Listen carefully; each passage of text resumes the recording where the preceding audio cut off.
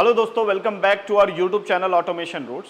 इस वीडियो में हम बात करने वाले हैं कि कैसे एक मशीन को प्लांट में auto as well as manual condition में चलाते हैं।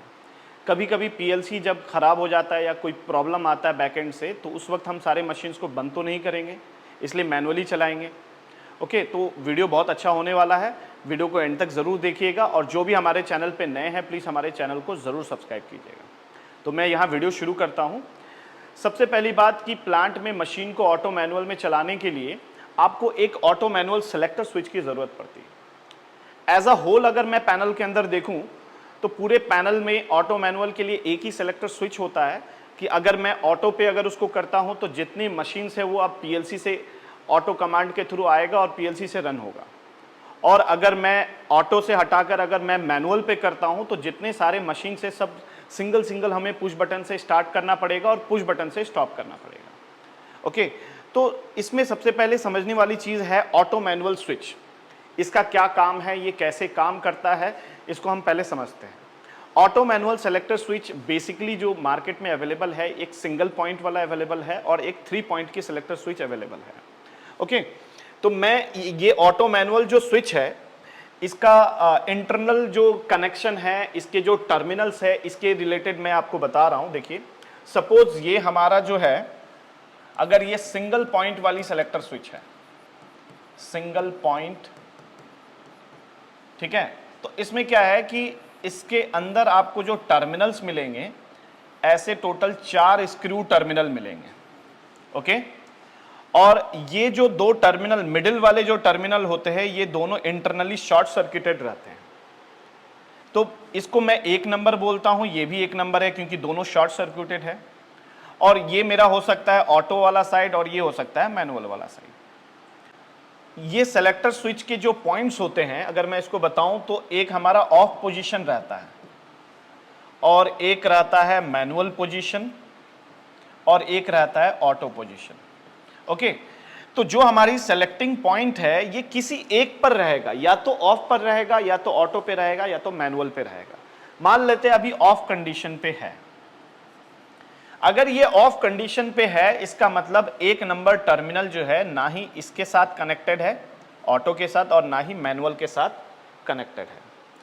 मैं अगर सपोज 1 नंबर पे मैं अगर लाइन सप्लाई दे देता हूं और ये वाला जो सर्किट है ये जाएगा पीएलसी के रिले पे जाएगा, इसकी जो सप्लाई है, और यहां से जो जाएगा ये पुश बटन पे जाएगा, जो मैनुअल पुश बटन होते हैं हमारे, जिससे मशीन स्टार्ट स्टॉप करेंगे।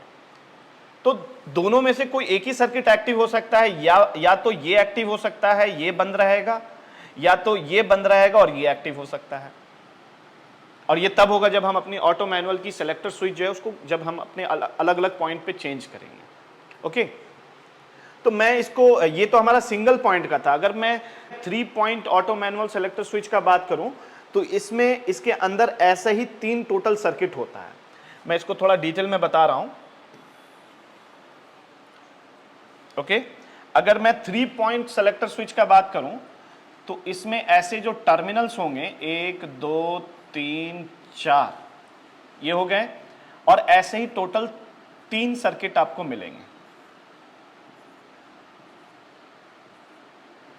और ये वाले जो है ये इंटरनली शॉर्ट सर्किटेड रहते हैं, जिसमें नंबर लिखा है 1 2 3।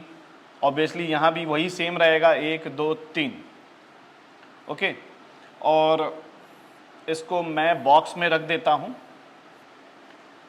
और ये मान लेते हैं ये वाला जो साइड है ये हमारा ऑटो साइड है और ये वाला जो साइड है ये हमारा मैनुअल साइड है। ओके, तो आप इसमें एक बार में कितने मशीन को ऑटो मैनुअल में डालना चाहते हैं वो आप डिसाइड कर लो। इस स्विच के थ्रू तो जनरली हमारी 3 मशीन को हम ऑटो मैनुअल में डाल सकते हैं। ठीक है, तो मैं सपोज सिर्फ एक पॉइंट को मैं यूज करना चाहता हूं, तो 1 नंबर पे मैंने लाइन सप्लाई दे दिया और ये चला जाएगा मशीन 1 के पुश बटन पे। ओके, और ये चला जाएगा पीएलसी से जो रिले के थ्रू हमें मशीन 1 को ऑन करना है उसके रिले 1 पे चला जाएगा।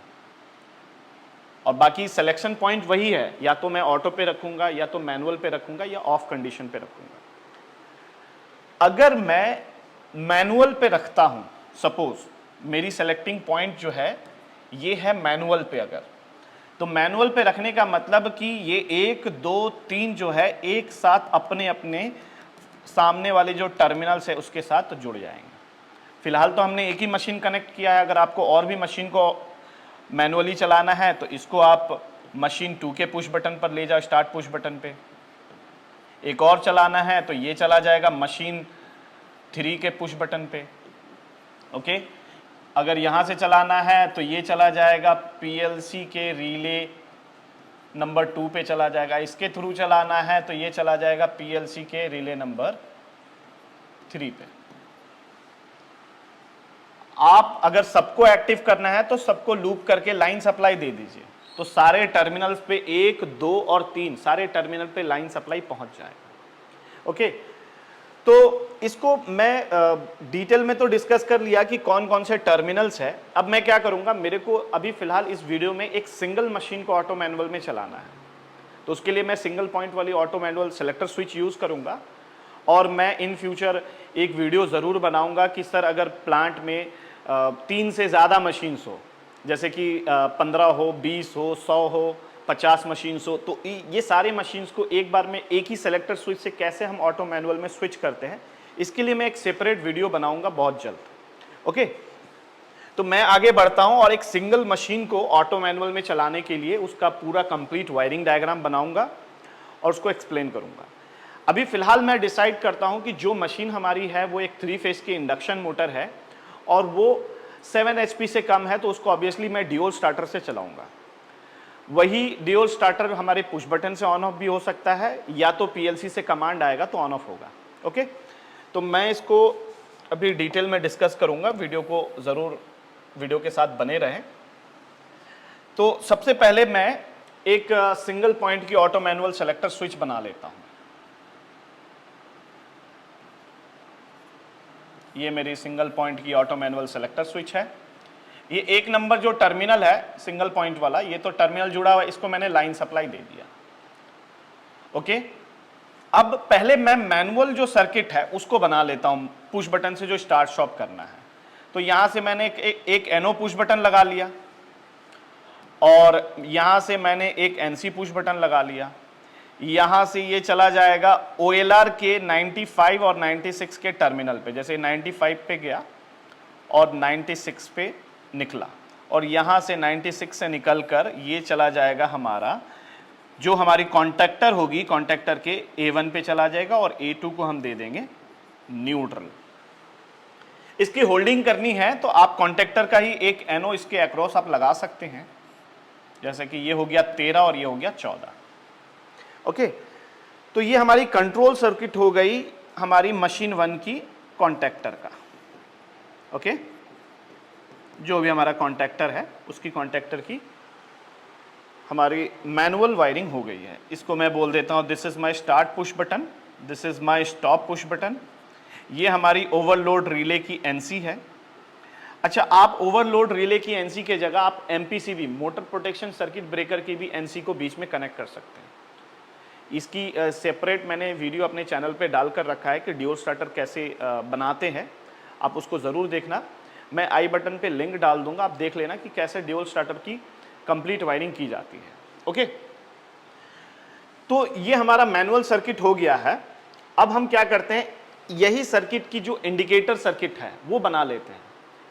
इंडिकेटर सर्किट बहुत ज़रूरी होता है, क्योंकि मैनुअली अगर आप पैनल के आसपास मैनुअली पुश बटन से मशीन को ऑपरेट कर रहे हैं तो आपकी मशीन ऑन हो रहा है या ऑफ है या ट्रिप कंडीशन में है, वो भी आपको इंडिकेटर को देखकर समझ में आना चाहिए।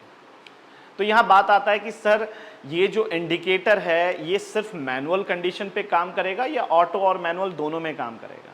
हमें वायरिंग ऐसे करनी है कि चाहे मशीन ऑटो में चले या मैनुअल कंडीशन में चले, इंडिकेटर जो होते हैं वो हमें डायरेक्ट सप्लाई देना पड़ेगा, लेकिन तभी ऑपरेट होगा जब कॉन्टैक्टर ऑन होगा। ठीक है, तो इंडिकेटर के लिए जो मैं सप्लाई दूंगा मैं डायरेक्ट लूंगा, ऐसा नहीं कि मैनुअल पॉइंट से लूंगा।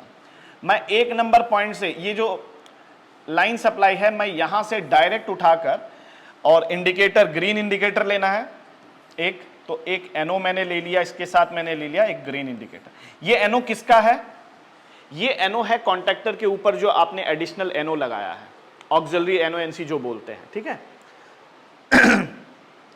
और यहीं से मैंने एक एनसी ले लिया, ये भी कॉन्टैक्टर के ऊपर ही फिट है, ऑक्सिलरी एनसी। इसके यहां से मैंने एक ग्रीन कलर की इंडिकेटर लगा लिया और यहीं से मैंने सप्लाई दे दिया 97 पे, और यहां 98 से मैं निकालूंगा, यहां बीच में मैं एक इंडिकेटर लगा दूंगा, सबको लूप करके A2 के साथ जो मैंने न्यूट्रल दिया था सबको लूप करके न्यूट्रल दे दूंगा।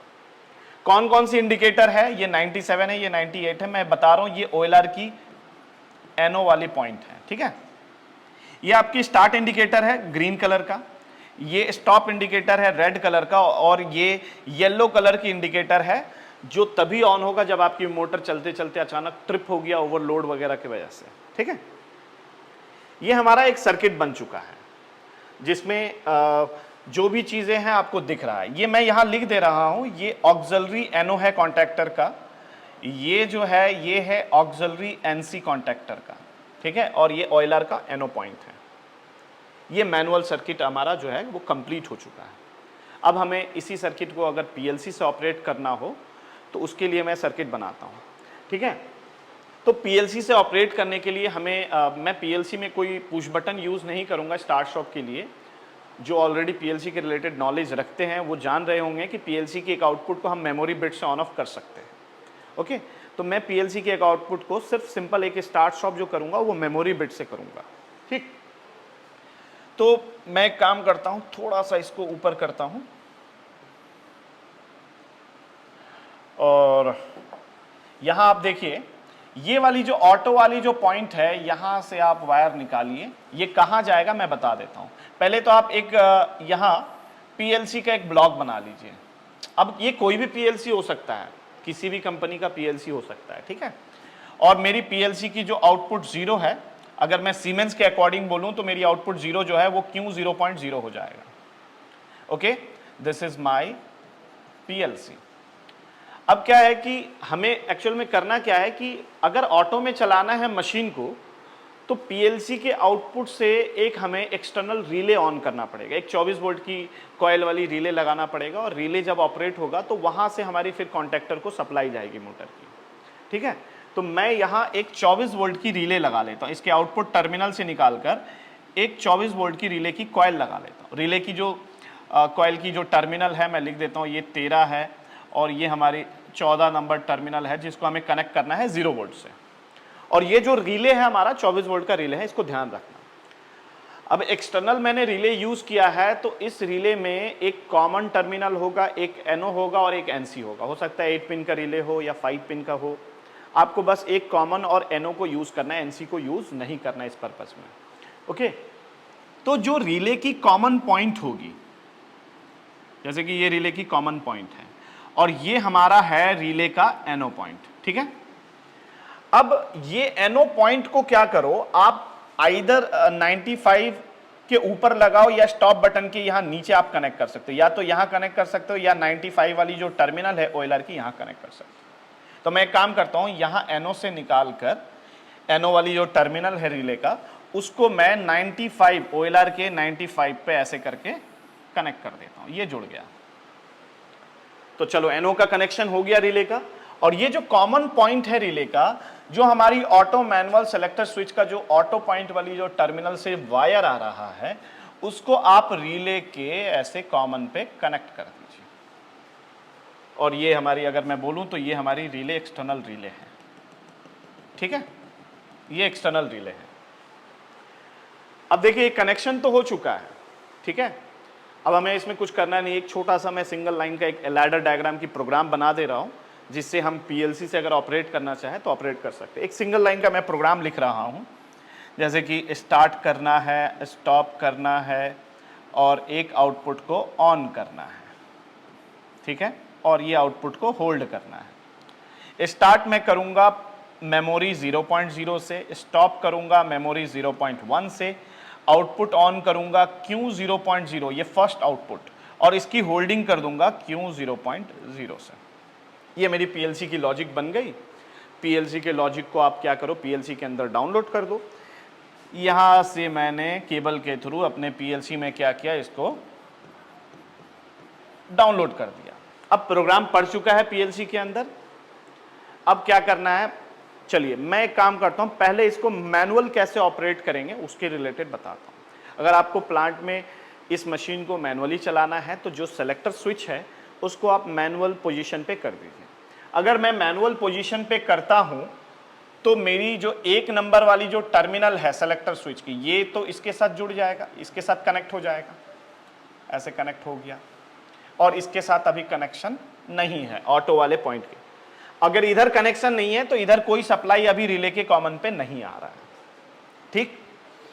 तो आप क्या करो भाई, मशीन को अगर मैनुअली चलाना है तो स्टार्ट पुश बटन दबाकर, मैं इसकी पेन की कलर थोड़ा चेंज करता हूं समझाने के लिए, ओके। तो आप क्या करो, स्टार्ट बटन दबाकर छोड़ दो, आपकी क्या हो जाएगी, ये सप्लाई हो जाएगी होल्ड। होल्ड होते ही हमारी कॉन्टेक्टर ऑन हो जाएगी। कॉन्टेक्टर ऑन होते ही कॉन्टेक्टर के ऊपर जो ऑक्सिलरी एनो लगा है वो बन जाएगा एनसी। एनसी जो है ये ओपन हो जाएगा और ये अभी ऑपरेट नहीं होगा। अच्छा, ये ओएलआर का एनो है, ठीक है, ये जनरली ओपन रहेगा। सॉरी, ये मैंने यहाँ थोड़ा गलत बनाया है, ये ओपन रहेगा, ठीक है, ये ओपन रहेगा नॉर्मली। ये तभी ऑपरेट होगा जब ऑयलर ट्रिप होगा, ठीक है। इस चीज को थोड़ा गलती हुआ मेरे से। अब क्या है कि अगर आपने स्टार्ट बटन दबाकर छोड़ दिया तो आपकी मशीन की जो कॉन्टैक्टर है वो होल्ड हो गया, और होल्ड होने के बाद आपकी जो मशीन है वो ऑन हो चुका है। अगर आपको स्टॉप करना है तो ऑब्वियसली आपने मैनुअल कंडीशन यूज किया है तो आपको स्टॉप बटन दबाना पड़ेगा। तो अगर आप स्टॉप बटन दबाकर छोड़ते हो तो आपकी ये जो होल्डिंग है ये क्या हो जाएगी, ब्रेक हो जाएगी, ओके। ये हमारा था मशीन को कैसे हम मैनुअली चलाते हैं। अगर आपको ऑटो में चलाना है तो ऑब्वियसली पीएलसी के थ्रू होगा, ओके। तो मैं क्या करता हूं, पीएलसी से चलाना है तो मैं ऑटो मैनुअल की जो सेलेक्टर स्विच है उसको मैं मैनुअल ऑटो पे रख देता हूं। अगर मैं ऑटो पे रखूंगा तब जो हमारी ऑटो मैनुअल की जो 1 नंबर पॉइंट है यहां से ब्रेक हो जाएगा और यहां से कनेक्ट हो जाएगा। अब हमारा जो पुश बटन का यहां से लेकर यहां तक का जो सर्किट है ये हो गया है ओपन, ओके। अब ओपन हो गया है तो अब ये वाला पार्ट जो है अगर आप ऑटो पे रख कर भी अगर आप पुश बटन दबाकर सोच रहे हो कि मशीन को ऑन कर दे तो वो नहीं होगा। आप समझ रहे हैं, क्योंकि वो तो पूरा ओपन है, मैनुअल पॉइंट पे कुछ सप्लाई नहीं आ रहा है। अब मैं ऑटो में अगर चलाऊंगा तो सपोज इस लॉजिक को बनाने के लिए मैंने जो भी प्रोग्राम डाला है मैंने क्या किया, इस वाली मेमोरी को ऑन किया, ये ऑलरेडी एनसी है तो हमारी आउटपुट ऑन हो गई, आउटपुट होल्ड हो गई, ठीक है भाई। आउटपुट होल्ड होते ही ये ध्यान रखना कि ऑटो पे करते ही यहां जो लाइन सप्लाई है ये आ चुका है, इस वाले पॉइंट पे रिले के जो कॉमन वाली पॉइंट पे लाइन सप्लाई आ चुका है। अब बस ये इंतजार कर रहा है कि जब पीएलसी की आउटपुट ऑन होगी तो रिले ऑपरेट होगा। जैसे ही पीएलसी की आउटपुट ऑन हुई लॉजिक के थ्रू तो ये कॉमन जो है हमारा ये एनओ के साथ अटैच हो जाएगा और लाइन सप्लाई ऐसे घूम कर ये 95 के ऊपर से होके कॉन्टैक्टर को डायरेक्ट ऑन कर दिया। अब इसमें क्या है कि कॉन्टैक्टर को डायरेक्ट ऑन हो गया है। अब स्टॉप करना है तो ऑब्वियसली मैनुअली स्टॉप तो करोगे नहीं आप, आपको क्या करना है, पीएलसी के जो प्रोग्राम में आपने मेमोरी बिट यूज किया है स्टॉप बटन के लिए, आप उसको ऑपरेट करोगे तो आपकी जो होल्डिंग है ये टूट जाएगी। जैसे आप स्टॉप वाले ऑपरेट करोगे ये होल्डिंग जो है ब्रेक हो जाएगा, आपकी आउटपुट जो ऑन हुई थी ये बंद हो जाएगी, आपकी ये जो कॉमन एनओ पे अटैच हुआ था ये बंद हो जाएगा, यहाँ लाइन सप्लाई जाना बंद हो जाएगा और आपकी कॉन्टैक्टर बंद हो जाएगी, ओके। तो आई होप आपको इसमें जो भी चीज़ें यूज़ हो रहा है मैंने उसको तरीके से एक्सप्लेन किया है, आपको समझ में आया होगा। और इसकी अपडेटेड वीडियो मैं ज़रूर बनाऊंगा। अपडेटेड में क्या रहेगा कि मशीन, नंबर ऑफ़ मशीन्स अगर ज़्यादा है, पैनल के अंदर नंबर ऑफ़ कॉन्टैक्टर्स ज़्यादा है तो कैसे हम इतने सारे मशीन्स को वन एट अ टाइम हम ऑटो मैनुअल में चलाएंगे, इसके लिए मैं सेपरेट वीडियो ज़रूर बनाऊँगा। आई होप आपको ये वीडियो पसंद आया होगा। और जो भी हमारे चैनल पे नए हैं प्लीज़ हमारे चैनल को ज़रूर सब्सक्राइब कीजिएगा। और कोई भी ट्रेनिंग की जानकारी लेनी हो, पीएलसी, स्काडा, वीएफडी, एचएमआई, इसके रिलेटेड अगर आपको वीडियोस देखना है आप हमारे चैनल पे देखिए, बहुत सारे हमारे लैब की वीडियोस पड़े हैं, लैब में क्या क्या चीज़ें पड़ा है, क्या क्या ट्रेनिंग हम देते हैं, आपको ज़रूर हमारे चैनल पे वीडियोस दिख जाएंगे, ओके। तो मैं नंबर प्रोवाइड कर देता हूँ, आप नंबर पे, मेरी पर्सनल नंबर है, आप उस पर बात करके ट्रेनिंग की जानकारी ले लीजिए। और अगर मैं बाई चांस कॉल नहीं उठा रहा हूँ, ज़्यादातर मैं क्लास लेता हूँ दिन भर, तो आप मुझे एक अपने नाम के साथ व्हाट्सएप में ज़रूर मैसेज डाल दीजिएगा, ताकि मैं मैसेज देखकर आपको रिप्लाई ज़रूर करूँ। ओके, तो मैं यहाँ नंबर लिख देता हूँ, आप नंबर पे कॉल कीजिए, व्हाट्सएप कीजिए और पूरी जानकारी लीजिए कि कैसे हम ट्रेनिंग देते हैं, क्या फीस स्ट्रक्चर है, क्या क्या ट्रेनिंग में करवाते हैं। 9883713158 ये मेरा पर्सनल नंबर है। मेरा नाम ज़फ़र है, बहुत लोग जानते हैं, जो लोग नए हैं वो लोग भी जान लीजिए, ज़फ़र मेरा नाम है। और हमारी ट्रेनिंग इंस्टीट्यूट जो है वो नोएडा सेक्टर 3 E44 के बेसमेंट ऑफिस है, और नियरेस्ट मेट्रो स्टेशन जो है वो नोएडा सेक्टर 16 का नियरेस्ट मेट्रो स्टेशन पड़ रहा है। Okay, thank you so much video को एंड तक देखने के लिए। जय हिंद, जय भारत।